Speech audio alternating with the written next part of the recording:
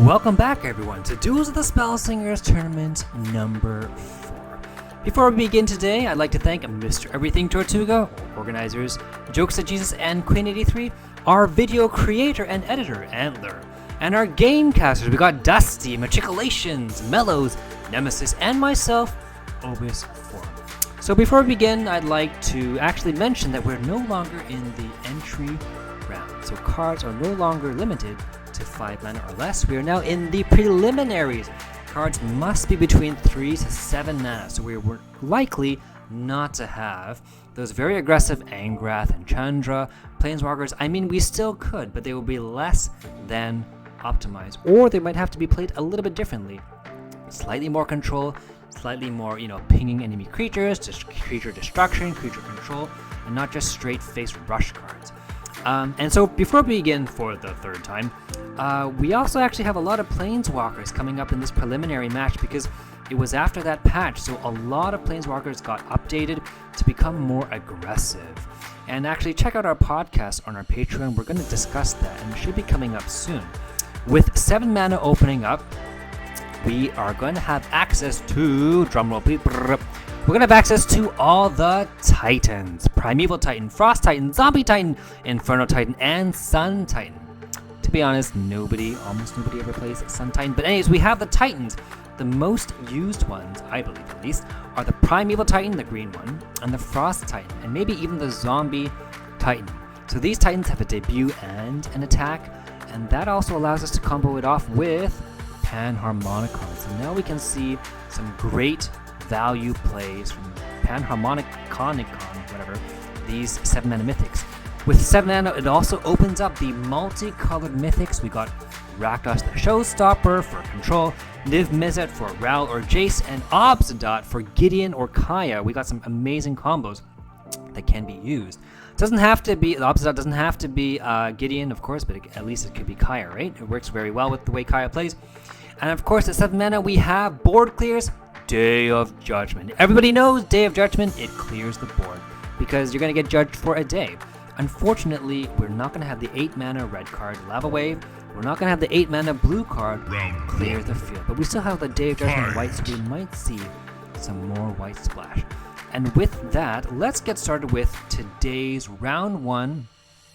And it looks like we're going to have, drumroll please, we're going to have Cammm on Liliana versus Nemesis on Kiora. And since we're going to have the first 2 or 3 turns with players passing, I just want to mention actually, so this patch had no update to Kiora's passive, but we did, English is hard. We did have, or we still do have, an update on Liliana's passive. Her passive gives +1/+1, but now that +1/+1 will be a permanent buff. So even if the card gets destroyed or unsummoned, it will still retain its +1/+1. Very powerful, very good stuff. So now, after talking a bunch and my throat is dry, it is now Kiora's turn number 2, and she is going to play the Spiked blah blah blah for 3 mana. So uses her mana gem, and it's a 4/4 trample. So in this early game, we don't see Kiora having the Sylvan Shrine or the Tide Shaper, but we do see the Oozes. Camm's turn 3 plays the 2/3 Blood Queen, and that's not a, okay, you know what, doesn't matter if it's not a good block, we have it blindsided, and so that's 4 damage to Camm's face. So now we're on 4 mana for Liliana, and the perfect answer, of course, is, or rather the perfect play is, Liliana's Goliath. There we go. And 4 mana for Kiora, the perfect play is, always was, usually, actually mostly, Momir Vig, because that can grow into a huge problem. So after 1 turn, it's already a 2/5 and capable of blocking the 4/3 Liliana's Goliath. It might not, because it might be afraid that it could be destroyed or something next turn. So I think Kiora might either chunk block with the 0/1 or just let it through. You don't have to trigger the passive. Sometimes a way to deal with the 4/3 is just to eat the damage and just let it not trigger into a 10/4. So I think, yeah. So we see that happening, and Kiora passes. And now it is going to be Cammm to cast on 5 mana. Maybe it's Virtus the Veiled. We see getting moused. We see a Gravedigger as well in a Flagrant Foul, but Gravedigger is not the time to be played because Gravedigger gets your card with highest attack back in hand. Nothing really worthwhile has died yet. Alright, so I believe that's Fungal Beast. So Kira plays Fungal Beast, allows you to draft 1 buff. Okay, 5/5 armor is the perfect answer to Liliana's Goliath because it can block the 4/3, and then when it becomes a 10/4, it can block again with 5/5 and kill it. So that's the perfect answer to Liliana's Goliath. It's basically a random green card that can match, or at least successfully block, a signature card. So we might see that happen if Liliana attacked him. Liliana might not, I don't know. Maybe just go in with the 3/4 versus the Veiled, and you want to keep the Goliath, because you want to be able to block. If you cannot block with it next turn, yeah, it's going to be a lot of incoming damage, right? We got the 5/7, the 5/5, the 3/3, the 4/4. That's 17 damage, and you need your Liliana's Goliath not relentless so it can block. Did I say that properly? Not relentless. Alright, so at 6 mana, that Evil Twin, which came from Refreshment Stand of Kiora, it does -3/-3 and copies a card. I think it's going to be Momir Vig because it's going to kill it and stop. Yeah. So, and we see Liliana use the emoji which came up with this new patch. So it's basically a 6 mana mind control. And at 6 mana turn 6 Kiora, she drew a Blindside. That's a great answer to, versus the Veil. So, versus the Veil goes away. And now I think the 5/7 and the 5/5 will go in for the attack. Yeah, with the 4/4. Of course, the fish stays back.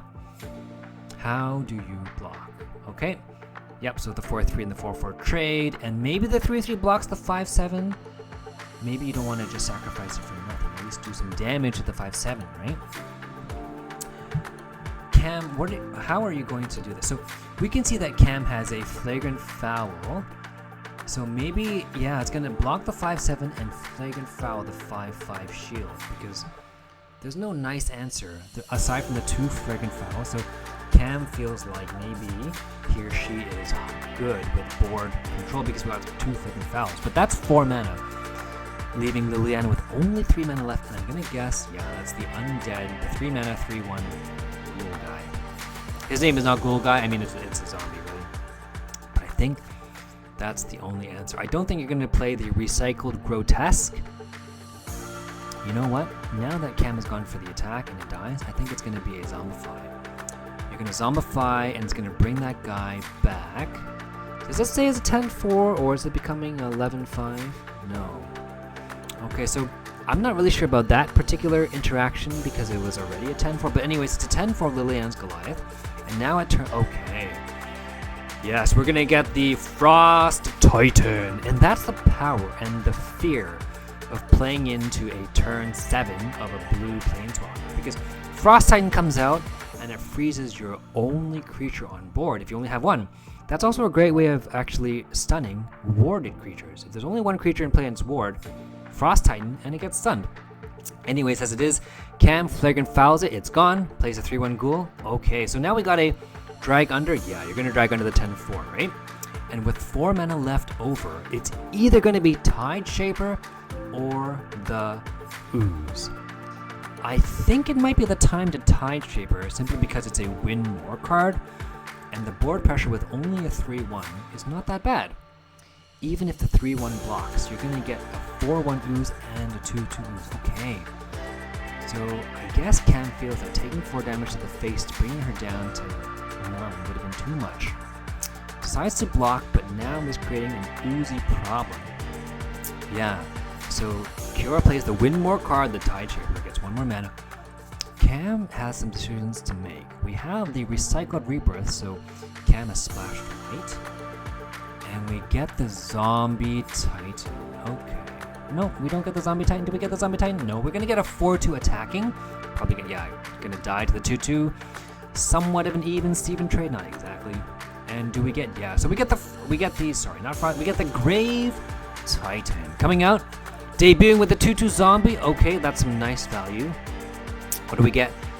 We get Lorthos. So Lorthos, that's the perfect play for 10 mana. Okay, we get Lorthos. Let's see how the buffs roll out. Looks like Lorthos gets some, the fish gets, and the ooze. So it's gonna be a 5/2 ooze and a 4/4 ooze. And we know the 5/2, well, I'm pretty sure we're gonna see the 5/2 blocked by the 2/2. I don't know how we're gonna see that 4/4 blocked. If Cammm doesn't block, it's gonna be 10 life Cammm. So I think Cammm is forced to block because 10 life is dangerous. Yeah, so it kills that ooze, but now Kiora has some great board pressure. 12/12 trample, no more flagrant fouls. One was used on the Frost Titan, one was used on the 5/5 shieldy guy. So we know, unless we get a Sinister Southpaw, we're kind of out of answers. We just have to block our way to victory. We don't even have access to Envenom, the 1 mana trap, because it's 1 mana.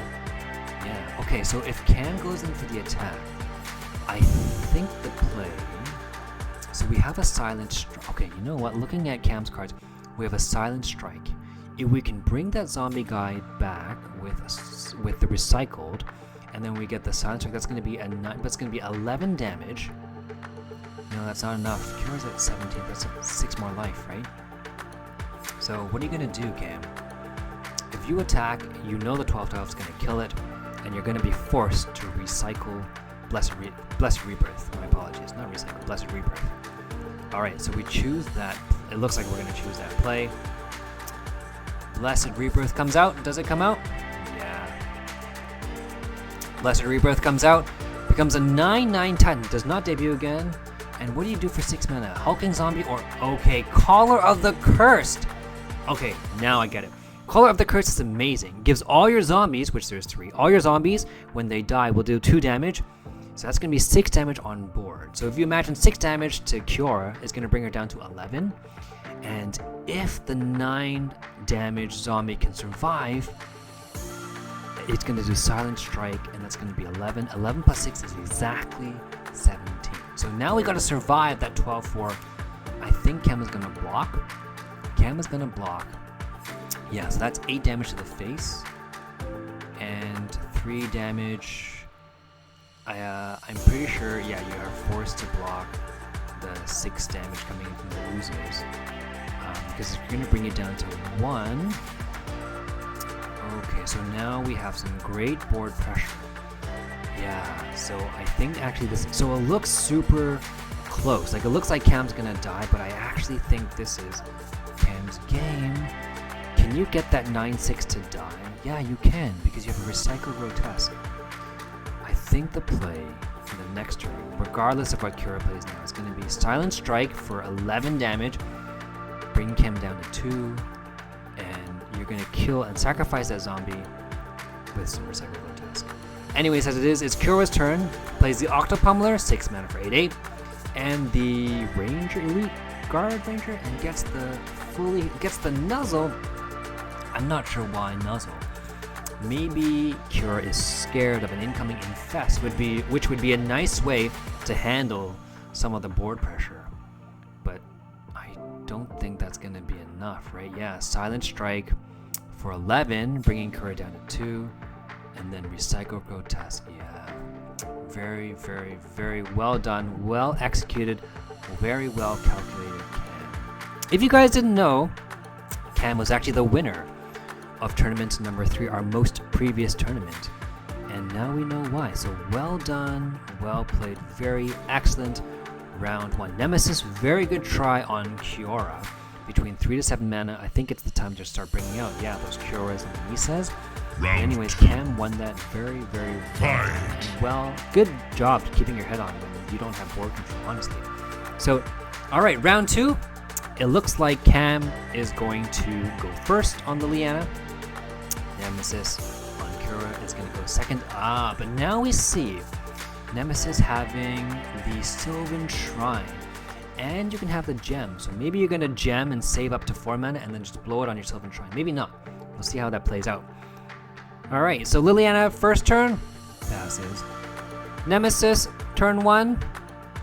Do you get anything playable on turn 1? With your refreshment stand? No, don't you get a Firemind Belt? Okay, that can be interesting.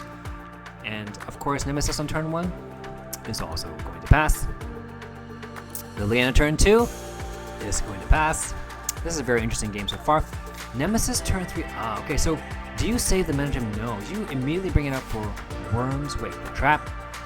Because you are believing that so you feel that Liliana's going to cast. Okay, so the 5/5 comes out. It will trade favorably into the 3/1, but it will trigger the 3/1. Do you want to trigger it? Or do you not? Okay, you do trigger it, and you cast the Win More, kind of Win More card, the 2/2 Tide Shaper. And that gives Kira 1 more mana. So you trigger the Relentless, and now now Liliana turn 4, yeah. The Unholy Recruitment, either Dragon Hatchling or the 4/4 Spike, blah, blah, blah, blah. I think it's the spiked guy, yeah. So 4/4 Trample with Relentless can be a 5/5 Trample. Will you attack? I think you might. No? Okay. So since Liliana did not attack, I think Liliana is trying to save the 4/2 to coincide its Relentless with the 4/4 so that you can use the recycled, or the Blessed Rebirth, rather. So, anyways, Kiora on turn 5. I think this is the time, to play Sylvan Shrine, because the board pressure is not so much that you can't handle it. If you don't play Sylvan Shrine now and try to win more and get to your 10 mana Titan, when will you? So I believe this is probably the time to play it. So that's the turn. Kiora gets 1 more mana, and there's nothing to cast at 1 mana. There's no traps because it's a 3 to 7 mana card only tournament for this round. Alright, so I think the 4/2 is held back because Liliana is waiting for the Blessed Rebirth to work nicely in the favor of bringing back 2 creatures. 4/4 goes in, deals 2 damage to Kiora, comes back as a 5/5 but can't block with 5 mana left over. Diehard Fan, and the Material Aerialist. Flying Ward, 3 mana, 2/4 blue-white card that, thanks to the Refreshment Stand. So for those of you who don't know, Refreshment Stand gives you 1 random multicolored card on your turn, and 1 random multicolored card to your opponent's hand on their first turn. Sometimes it can work in your favor, sometimes it works in your opponent's favor, depending on what they can get. They can get absolutely anything. Really, it could be a mythic, it could be an uncommon, or whatever. So, of course, Kiora triggers the Sylvan Shrine. At 7 mana, though, it doesn't see any Titans. There's no Frost Titan, there's no Primeval Titan, so it can't increase the board pressure or the mana ramp. And we see the blind side. Okay, so Firemind Bolt does 3 damage. Okay, Octopummeler, alright. So we got Octopummeler, we draw that. And 3 mana, Kira's Tide Shaper. Okay, so now we're starting to see a lot of board control, so I think Liliana's going to attack again, but keep the 4/2 back. There we go. So, keeps the 4/2 back, and looks like again is trying to time that Blessed Rebirth. Blocked with the 2/2, alright, so 3 damage overhead. Kira's at 19. Another 2 damage, Kira's at 17.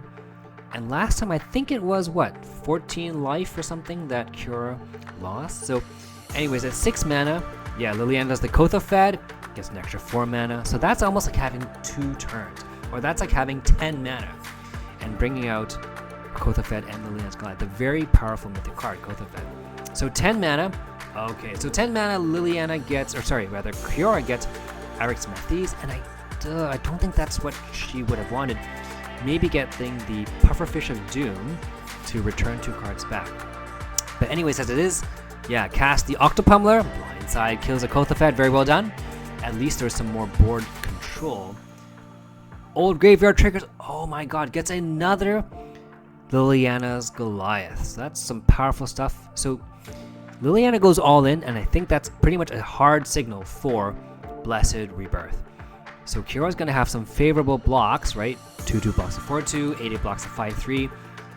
But it's not going to be favorable because Blessed Rebirth is going to bring them back and give Liliana 2 life. So it looks like Kira is bringing it back into the game with some board control, a board clear just from blocking, but it's not going to be. Oh, that's some good plays from Cammm, and that's some immense board pressure on the board that we don't have board clears. We don't have clear the field for 8 mana. I haven't seen yet that 5 mana 3/3 bird that unsummons. I haven't seen Panharmonicon. I think Nemesis is in a bit of trouble. we see that Sylvan Shrine still in Kura's hand. That's kind of a dead card. We see Eric's Methes. That's kind of a dead card because it's one card cannot block 5 bodies, right? It's going to be 2 cards versus 5 cards on board.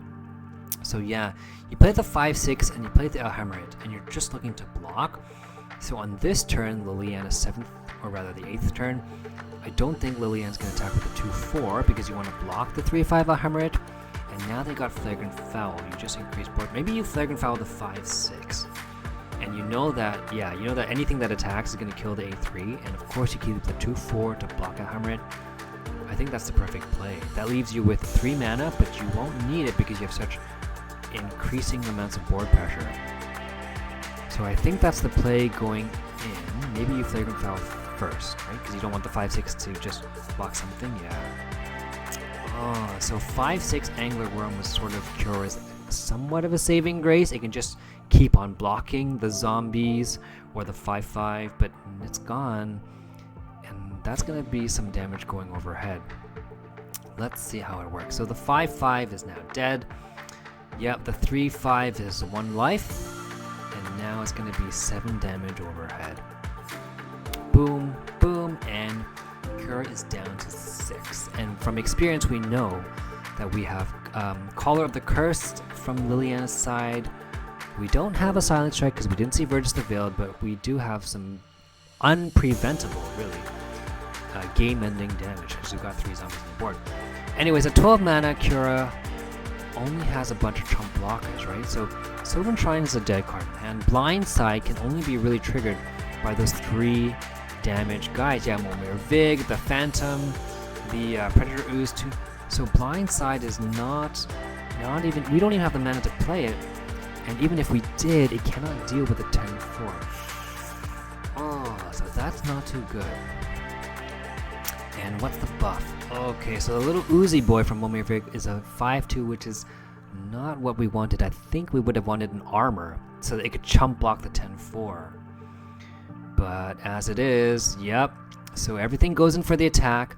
We don't have Blessed Rebirth anymore for the 10/4 Liliana's Goliath, but we don't need it because we have such favorable trading. Yeah, so the Uzi guy dies, which means it's usually a signal that Kura is ready to sacrifice the Momir Vig as well. So I think that's going to block something. Yeah, there's no point in keeping it, right? Because your trump card, your Uzi guy is dead. 3/1's probably going to get blocked by the Ooze or the, yeah. And just like that, 2/4 is going to get blocked by the 3/1. So just like that, Liliana has lots of board control, a lot of cards. We have 9 cards in hand, rather, sorry, 8 cards in total versus the 4 on Kura's side, and a huge health advantage. Plus, Liliana also has the Scouring the Void. I don't really see a way to come back from this. We don't have Clear the Field. We don't have Panharmonicon and Stuns, or Panharmonicon and the Unsummoning Bird. I really don't see any answers. And Blindside is kind of a dead card. Kura goes in at 13 mana for the 3 damage attack. Sure, Eric's Methes, and Blindside, but again, 5 bodies to now 4 bodies. But 4 bodies to 2 bodies, and even if you block the 4/4 and the 4/4, that's 4 damage overhead. Okay, so we got Firemind Bolt. That's too bad. Nope. Are you gonna Firemind Bolt? Nope. Are you gonna decide? Okay, so Liliana goes in for the attack for everything, and even if some of the stuff gets blocked, I think you can Firemind Bolt. In any case, yeah, we kind of know it's game-ending board pressure, right? And we knew that Nemesis didn't have anything. So, well done and well played. Very, very, very good try, Nemesis, and very well done, especially on the first round, Cammm, where you calculate that damage perfectly. Very well done. And yeah, Cammm, you go on to the next round. So, if you guys liked what you heard or saw today, please like and subscribe or leave a comment down below. And we'll see you guys in the next one. Take care.